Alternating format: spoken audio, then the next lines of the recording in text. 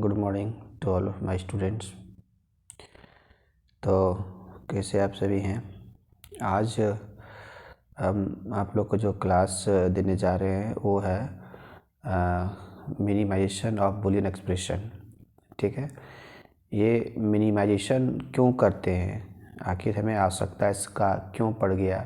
हम लोग मिनिमाइज करते हैं किसी भी बूलियन एक्सप्रेशन को, जिस एक्सप्रेशन को हम लोग स्वप और पॉज से प्राप्त किए थे, है ना।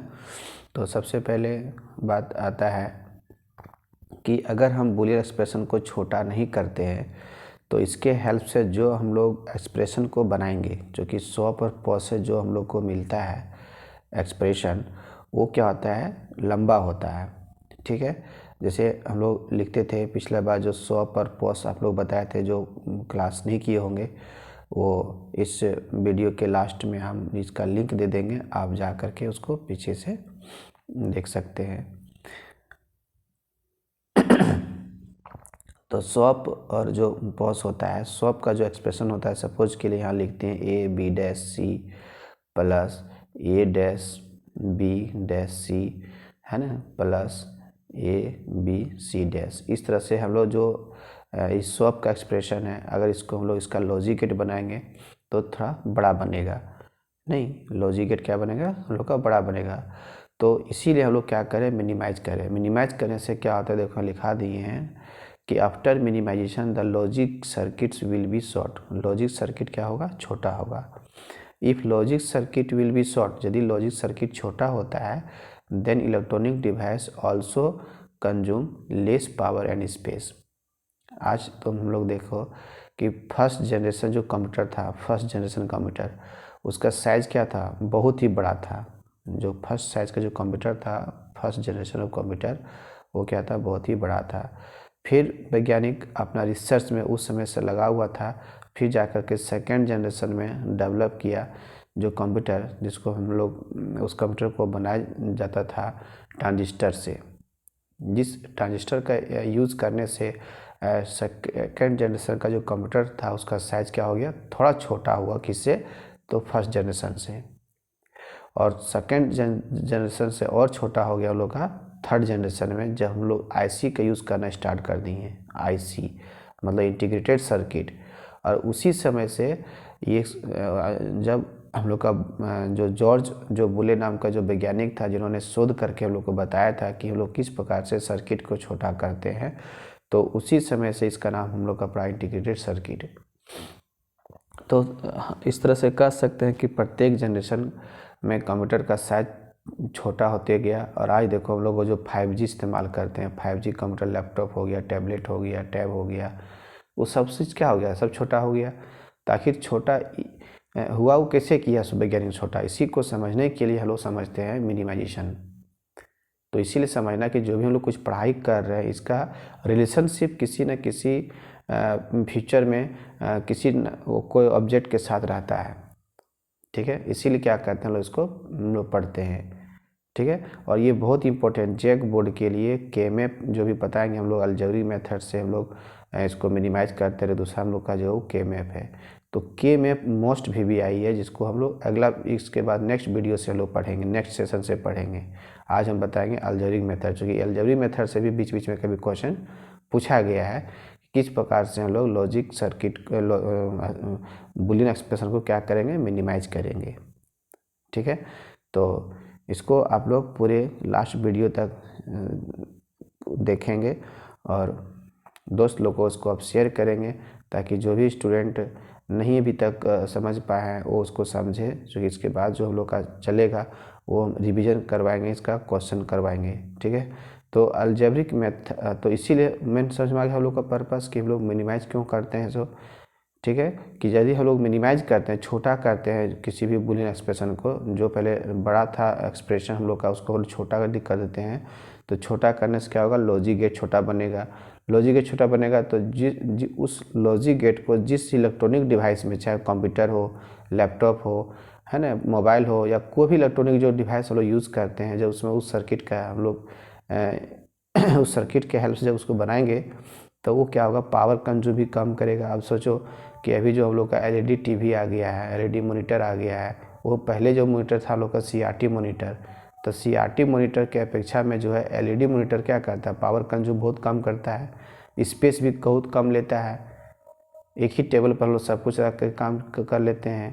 यही सब वजह है, रीज़न है जिसकी वजह से हम लोग उसको पढ़ते हैं। तो मिनिमाइज करने का जो हम लोग के पास यह मेथड है, तरीका जो है वो दो है। फर्स्ट इज अलजेब्रिक मेथड और सेकेंड इज K-मैप। तो हम लोग इस सेशन में देखेंगे अलजेब्रिक मेथड और इसके नेक्स्ट सेशन में हम लोग देखेंगे K-मैप के बारे में, ठीक है। तो सबसे पहले यहाँ कहता है कि अलजेब्रिक मेथड में कि in this method we follow the basic theorems of boolean algebra to minimize the expression. तो अलजेब्रिक मेथड में अलजेब्रा जो मैथ होता है, ठीक है, और बेसिक थ्योरम, ये दोनों का नियम को हम लोग फॉलो करेंगे मिनिमाइज करने के लिए। तो इससे क्या होगा कि हम लोग का सर्किट भी छोटा बनेगा, ठीक है। अब देखो यहाँ पर हम एक क्वेश्चन दिए हुए हैं, इस तरह से एग्जाम में आपका रहेगा क्वेश्चन कि सिंप्लीफाई, यहाँ पर इस तरह से क्वेश्चन रहेगा, है ना, कि simplify AB dash C D dash plus AB dash C D ABCD dash plus ABCD। मतलब ये स्वप है, जो कि स्वप हम लोग याद करो कि जब हम स्वप पढ़ रहे थे तो हम बोले थे ना कि बहुत सारे मीन टर्म को जब आपस में ऐड कर देते हैं, जोड़ देते हैं, तो क्या बनता है, लोग का स्वप बनता है। तो इसी तरह से यहाँ पर ये फर्स्ट मीन टर्म हो गया, ये सेकेंड मीन टर्म हो गया, थर्ड एंड फोर्थ सभी को मिला दिए तो क्या बन गया, स्वप बन गया। अभी इसका लॉजिक गेट हम लोग बनाएंगे तो इस प्रकार से देखो A B, तो B में क्या डैश है, तो यहाँ क्या लगेगा, हम लोग का इन्वर्टर लग जाएगा, फिर यहाँ पर C और यहाँ पर D। तो इस प्रकार से तीनों के चारों के बीच में क्या डॉट है, मतलब क्या बनेगा, एंड बनेगा। इस तरह से एक हो गया, एंड गेट हो गया। फिर हम लोग इसका अगर यदि बनाते हैं तो इसमें भी देखो A B dash C D है, तो A का तार खींचेंगे, फिर B में क्या हम लोग का इन्वर्टर है, तो इसको हम लोग नहीं बनाएंगे, क्योंकि यहीं से तार को, ये जो इन्वर्टर है ना, यहाँ से तार को खींच के यहाँ पर लाएंगे और उसके बाद C का लेंगे और फिर D का लेंगे। फिर हम लोग बनाते हैं इस तरह से, तो इस प्रकार से ये हुआ 2 का, फिर तीसरा, फिर चौथा, और फिर जा करके जितना चारों को जो निकालेंगे हम लोग, चारों को एक साथ ला करके और यहाँ पर क्या करेंगे, फिर से और बनाएंगे। तो इस प्रकार से ये बड़ा सा गेट हम लोग का बनेगा। तो इसी को क्या करेंगे लोग, छोटा करेंगे। छोटा करेंगे तो ये 2 तार, एक तार से मेरा काम बन जाएगा। जो ये लोग इतना मिल के काम करता है सो सिंगल 2 तार काम करेगा, तो फिर इतना बड़ा सर्किट बनाने की क्या हमको आवश्यकता है ना। इसीलिए हम लोग क्या करते हैं, सिंप्लीफाई करते हैं, उसको मिनिमाइज करेंगे अभी हम लोग। तो सबसे पहले इसका हम लोग देखो, ये फर्स्ट टर्म में इस तरह से, ये फर्स्ट मीन टर्म है और सेकेंड मीन टर्म है। दोनों मीन टर्म में क्या किया लोग, देखो ये फर्स्ट मीन टर्म, ये सेकेंड मीन टर्म है, और तो इसको हम लोग एक साथ कंबाइन किए हुए और इसको हम लोग एक साथ कंबाइन किए हुए। दोनों में से क्या करते हैं हम, यहाँ भी देखो AB डैश है और यहाँ भी देखो AB डैश है, ठीक है। तो दोनों में से क्या कि AB डैश को हम लोग यहाँ से कॉमन निकालनी है। देखो AB डैश यहाँ पर भी है और AB डैश यहाँ पर भी है, ठीक है।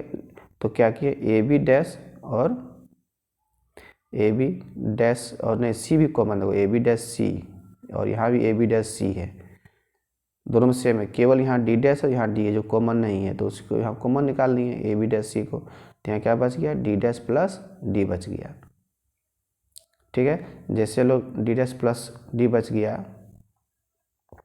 तो अब यहाँ पर जैसे लोग जाते हैं AB डैश C कॉमन ले लिए ना, तो यहाँ क्या बच गया, D डैश प्लस D, और दोनों में से कॉमन ले लिए ABC कॉमन ले लिए, तो क्या बच गया, D डैश प्लस D। हम लोग का फॉर्मूला हम लोग पढ़े थे कि x dash D dash plus D है, तो x dash plus x equal to क्या होता है, 1। तो इसीलिए इसके जगह पर हम लोग क्या पुट कर दिए हैं, पर 1, और इसके जगह पर क्या पुट कर दिए, 1 पुट कर दिए हैं। अब हम लोग एक फॉर्मूला पढ़े थे, यहाँ ये नहीं लिखा हुआ, यहाँ गलत लिखा गया था ये, ठीक है। इसके जगह पर लोग लिखना, हम लोग एक फॉर्मूला पढ़े थे कि x डैश या तो x डॉट, ठीक है, x डॉट 1 इक्वल टू क्या था हम लोग का, होता है x होता है x डॉट, ये हम लोग पढ़े थे फर्स्ट जो लोग हम लोग पढ़े थे प्रॉपर्टीज ऑफ 0 1 का, है ना। प्रॉपर्टीज ऑफ 1 का जो हम लोग पढ़े थे उसमें पढ़े थे कि अगर x डॉट 1 बराबर क्या होता है, x होता है, और x डॉट 0 बराबर क्या होता है, 0 होता है। ये हम लोग को रूल पढ़े थे बेसिक थ्योरम में, ये हम लोग का आता था। तो यही रूल को क्या किए हम फॉलो किए यहाँ पर, ए बी डैश सी को मान लेते हैं एक्स और ये हो गया 1, तो एक्स डॉट 1 इजकल टू क्या हो जाएगा एक्स। तो ए बी डैश सी यहाँ हो गया और यहाँ भी ए बी सी हो गया। अब फिर से नेक्स्ट क्या किए, दोनों में से कॉमन ले लिए, यहाँ पर ए और सी देखो दोनों में क्या है कॉमन है, तो ए सी कॉमन ले लिए, तो क्या बचा बी डैश प्लस बी बचा। और यहाँ पर डी डैश प्लस डी बराबर क्या आता है 1 होता है, जो हम लोग का फार्मूला है। तो वही B dash plus B equal to क्या आता है 1, तो यहाँ ए सी डॉट 1, ठीक है।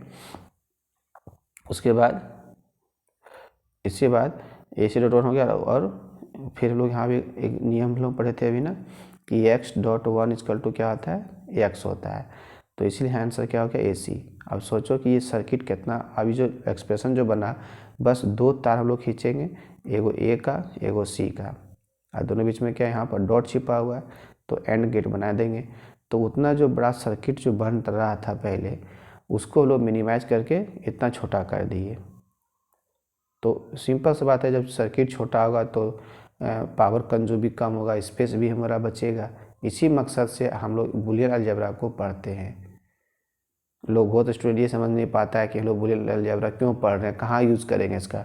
अरे भाई हम लोग अभी इसको यूज़ नहीं करेंगे, जब आप बीटेक करते हो, बीसीए एमसीए करोगे, जब कॉलेज में यूनिवर्सिटी में जब जाओगे पढ़ने के लिए, यदि आप इंजीनियर बनते हो कंप्यूटर इंजीनियर में, तो कैसे हम लोग कोई बड़ा बड़ा डिवाइस को हम लोग वहाँ डेवलप करेंगे, कैसे बनाएंगे, उस चीज़ का जो हम लोग अभी से स्ट्रक्चर, उसका जो प्रिंसिपल है, उसका जो सिद्धांत है, वो हम लोग अभी से समझते हैं पढ़ते हैं। इसीलिए जो हम लोग इसका यूज़ करते हैं हम लोग यहाँ पर, ठीक है। ये हो गया हम लोग का। इसको फिर से आप लोग एक बार शुरू से देख लेंगे, कहीं कोई तरह का प्रॉब्लम नहीं हो। इसी प्रकार से कोई क्वेश्चन देता है तो हम लोग मेनली उसमें यूज़ करेंगे बेसिक थ्योरम का, ठीक है। पहले इसको कॉमन निकालना है, पहले कॉमन निकालनी है। उसके बाद यहाँ पर तो डी डैश प्लस डी बराबर 1 होता है, तो उसी को यहाँ बैठा दिए हम लोग। यहाँ भी डी डैश प्लस डी बराबर क्या होगा 1 होगा, यहाँ बैठा दिए। अब फार्मूला लोग यहाँ यूज़ कर दिए कि नहीं एक्स डॉट 1 इजकल टू क्या होता है एक्स होता है। तो यहाँ पर हम लोग मान लिए ए बी डैश सी को एक्स मान लिए और यहाँ हो गया 1। तो इसके भी आप लोग यही लिखेंगे ए बी डैश सी, ठीक है। फिर ए सी कॉमन निकालनी है। चलते दूसरा क्वेश्चन को देखते हैं लोग। देखो यहाँ एक क्वेश्चन दिया हुआ है कि reduce the expression X Y का whole dash plus X dash plus X Y, इसको हम लोग को मिनिमाइज करना है ना। तो जब तक हम लोग का वो नियम नहीं पता रहेगा, थ्योरम पता नहीं रहेगा, तब तक हम लोग इसको सॉल्व नहीं कर पाएंगे।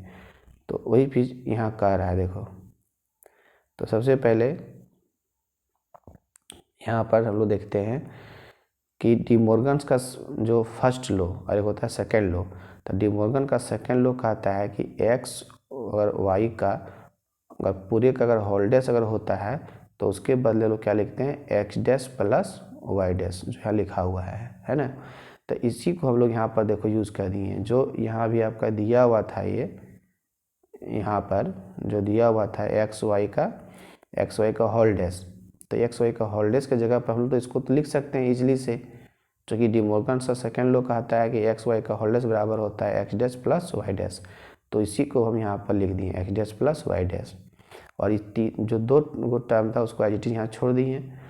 अब इसको ब्रैकेट को हटा दिए, जो यहाँ पर इसका काम नहीं था हटा दिए। अब क्या किए एक्स, हम लोग का एक फार्मूला है कि एक्स प्लस एक्स बराबर क्या होता है एक्स होता है, लेकिन लोग मैथ में पढ़े थे कि एक्स प्लस एक्स बराबर होता है 2x, लेकिन यहाँ ये नियम नहीं होगा, क्योंकि यहाँ पर 1 प्लस 1 बराबर 1 होता है। ये नहीं कि मैथ के नियम से होता है 1 प्लस 1 बराबर 2 होता है, लेकिन यहाँ कहता है कि अगर एक भी इनपुट अगर हाई वोल्टेज हुआ तो मेरा आउटपुट क्या हो जाएगा हाई वोल्टेज हो जाएगा। इसलिए 1 प्लस 1 बराबर क्या होगा 1 होगा। तो मान लो एक्स का मान अगर 1 है तो 1 प्लस 1 बराबर क्या होगा 1 ही होगा। तो इसीलिए यहाँ पर हम लिखे x dash plus X dash, x dash यहाँ भी है और एक्स यहाँ भी है, दो एक्स डैश था तो दोनों बदले एक एक्स डैश हम यहाँ लिख दिए, ठीक है। बाकी बात ये जो वाई डैश था इसको हम एज इट इज जो करते यहाँ नीचे उतार दिए और एक्स वाई को भी यहाँ हम लोग उतार दिए, इसमें कोई परिवर्तन नहीं किए। अब कोई फार्मूला में लाने के लिए क्या किए हम लोग कि इस एक्स वाई को हम थोड़ा इधर ले आए और वाई डैश को बाहर निकाल दिए, ठीक है। तो मतलब यहाँ हो गया X dash plus X Y plus Y dash, अब जो है हम लोग का एगो इन्वोल्यूशन लॉ का एक नियम कहता है, इन्वोल्यूशन लॉ का नियम कहता है ना, इन्वोल्यूशन लॉ का नियम कहता है कि x का डबल डैश इक्वल टू होता है क्या, x होता है। ठीक है, तो हम लोग यहाँ पर ये जो लिखे हुए हैं यहाँ पर देखो x जो था हम लोग का, ठीक है, ये वाला x, ये जो x है यहाँ पर, तो इसके जगह पर लिख सकते हैं इसी तरह से x डैश का होल डैश लिख सकते हैं। ठीक है, तो इसमें हम लोग कोई परिवर्तन नहीं किए। अब एक फार्मूला के तहत से क्या किए यहाँ पर कि यहाँ पर X dash plus X Y, चूँकि एक्स का डबल डैश बराबर एक्स होता है, तो इसके बदले लोग इसको लिख सकते थे X dash plus X Y. ठीक है, अब ये फार्मूला के तहत से कि X plus X dash Y equal to क्या आता है, एक्स वाई होता है, तो इसके इसीलिए इसके बदले क्या लिख दिया यहाँ पर एक्स डैश प्लस वाई, और ये वाई डैश को जो का त्यों उतार दिए। अब क्या किए यहाँ पर हम लोग कि y प्लस वाई डैश को ले लिए हम लोग एक फार्मूला के तहत से, चूँकि हम लोग पढ़े थे ना कि x plus X dash equal to होता है 1, x प्लस एक्स डैश बराबर क्या होता है 1 होता है ना। इसलिए हम लोग क्या कर दिए कि y plus Y dash equal to यहाँ 1 कर दिए और एक्स डैश को उतार दिए। अब फिर हम लोग का नियम पढ़े थे कि x प्लस 1 बराबर क्या होता है 1 होता है, तो इसको हम लोग यहाँ उतार दिए, इस फॉर्मूला को इसके बदले लोग x लिख दिए। तो इसका मतलब ये हुआ कि ये पहले जो एक्सप्रेशन बड़ा था उसको क्या कर दिए लोग, छोटा कर दिए। ठीक है, तो इस तरह से हम लोग जो हम लोग का बुलियन एक्सप्रेशन जो होता है स्वप या तो पोस्ट जो होता है उसको क्या करते हैं लोग, मिनिमाइज करते हैं इसी के हेल्प से। ठीक है, तो इस प्रकार से इसको भी आप लोग एगो बना के देख सकते हैं कि इसका आंसर क्या आना चाहिए, जेड डैश आना चाहिए, है ना। तो इसको क्या करेंगे, देखो X dash Y dash Z dash यहाँ है ना, और यहाँ क्या है X dash Y Z dash है, दोनों में से कॉमन क्या जा रहा है, X dash Z dash common है, तो क्या बच गया यहाँ पर हम लोग का Y dash plus Y, Y dash plus Y बच गया। फिर उसी तरह प्रकार से यहाँ देखते हैं तो इस दोनों टर्म में क्या कॉमन है, तो एक्स जेड डैश कॉमन है, एक्स जेड डैश कॉमन निकल गया, तो यहाँ पर क्या लिखेंगे Y dash plus Y, Y dash plus Y. अब इसके बदले वाई डैश प्लस वाई के बदले लोग 1 लिख सकते हैं, तो यहाँ क्या लिखेंगे x dash Z dash dot 1 plus x Z dash dot 1, इसके बदले 1 लिख दिए। अब फिर एक्स डैश जेड डैश हम लोग फिर नियम क्या पढ़े थे कि एक्स डॉट 1 बराबर क्या होता है एक्स होता है, तो हम लोग लिख सकते हैं इसके बदले directly x dash Z dash plus x Z dash हो गया।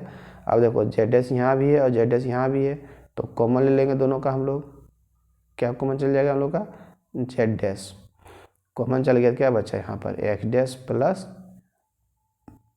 प्लस एक्स कॉमन हो गया। अब एक्स डैश प्लस एक्स बराबर क्या होता है 1 होता है, तो जेड डैश डॉट 1 बराबर क्या आ जाएगा जेड डैश, तो यही हम लोग का यहाँ पे आंसर भी था। ठीक है, इस प्रकार से हम लोग क्या करते हैं कि जो स्वप एक्सप्रेशन जो होता है उसको मिनिमाइज करते हैं। तो सब अब यहाँ बात आता है कि इस जो नियम जो है अलजेब्रिक मेथड ना, इसमें अगर आप भूल जाते हैं इसका नियम को, बेसिक थ्योरम भूल जाते हैं, तो फिर हम उसको मिनिमाइज नहीं कर पाएंगे। इसलिए वैज्ञानिक क्या किया ना, बहुत ही शोध करने के बाद उन लोगों ने क्या किया, डेवलप किया किसको, के-मैप को। अब के-मैप के माध्यम से क्या होता है कि बहुत ही आसानी से ईजिली से हम लोग मिनिमाइज कर सकते हैं किसी भी स्वप को या पोस्ट एक्सप्रेशन को। ठीक है, तो इसको हम लोग आप नेक्स्ट वीडियो हम लोग इसको क्लास देंगे, और तब तक इसका आप लोग वीडियो को पॉज करके इसका नोट्स को तैयार कर सकते हैं, कोई दिक्कत नहीं, और अपने दोस्त लोग को ज़रूर शेयर करें। ठीक है, थैंक यू।